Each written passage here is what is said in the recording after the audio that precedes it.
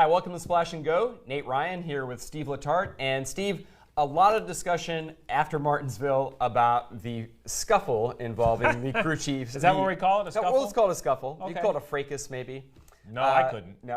All right. No, I don't have that word. Joey Logano, Denny Hamlin have a disagreement. Their teams together. A lot of focus on that. But what I found interesting was what transpired on the track right after the incident that precipitated that argument. And that was when Denny Hamlin squeezed Joey Logano into the wall, and Logano gets a tire rub, nearly spins out, and then does spin out in a place where he's in good shape. He doesn't sustain any damage.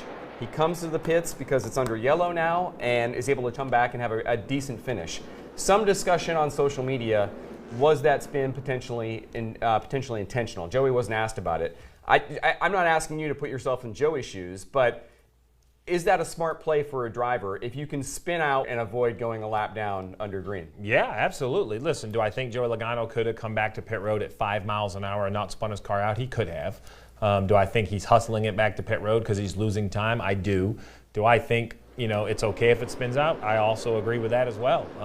Because he's on the outside, so how he's at 10 miles an hour, he's going to go from the top of 1 and 2 to the left side of the backstretch, I'm not sure.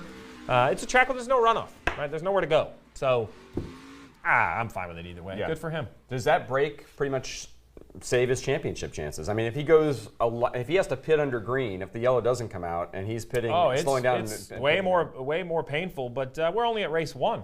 Yeah. He might win one of the next 2 and say Martinsville didn't matter. Yeah. Where do you think that team is right now? Solid Martinsville. They come off a Kansas in which they were fairly strong, but had the situation toward the end where they almost got knocked out with that late wreck. They're defending series champions, and it seems with the struggles of Kyle Busch that there could be an opportunity for him to still squeeze in on points. So I'm not going to label Kyle Busch. I'm going to circle Kevin Harvick. I think Joey Logano is racing Kevin Harvick for the 4th and final spot. Okay. Barring Ryan Blaney, Larson, or Elliott doing something amazing. I'm not going to say it's unheard of because they're all race winners, but amazing. Blaney, Larson, or Elliott winning would be an amazing career-type day for those 3, which they can do. I don't want to take anything away from that. But assuming they don't, Joey Logano is racing Kevin Harvick. Kyle Busch, we can talk all the negatives we want about Kyle Busch. He's too good.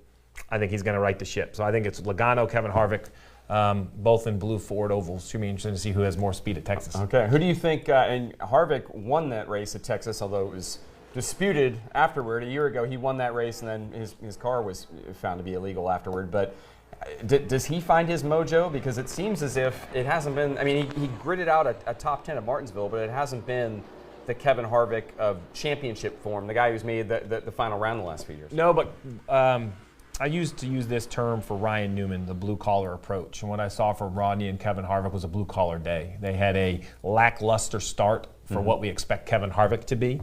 They stuck with it. They rebounded to only lose a few points and end up at 14 down.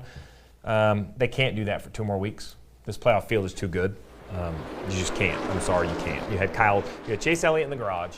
You have Kyle Larson in his own race, trying to keep his car straight, not picking on him. He was self-admittedly not very good there. Ryan Blaney outperformed Kevin Harvick, came in as a deficit, closed the gap. Listen, sports are great.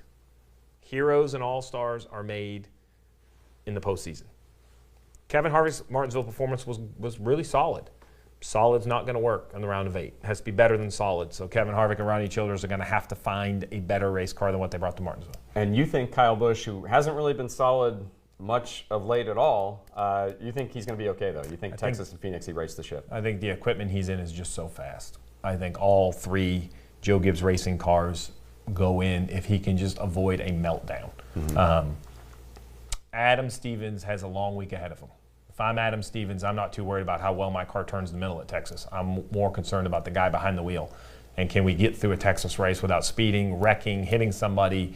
If they don't do anything wrong, they're going to run in the top 5 in both stages and the race.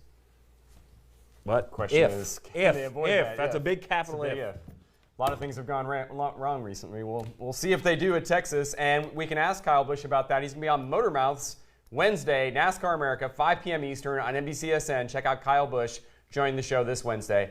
Thanks for watching Splash and Go.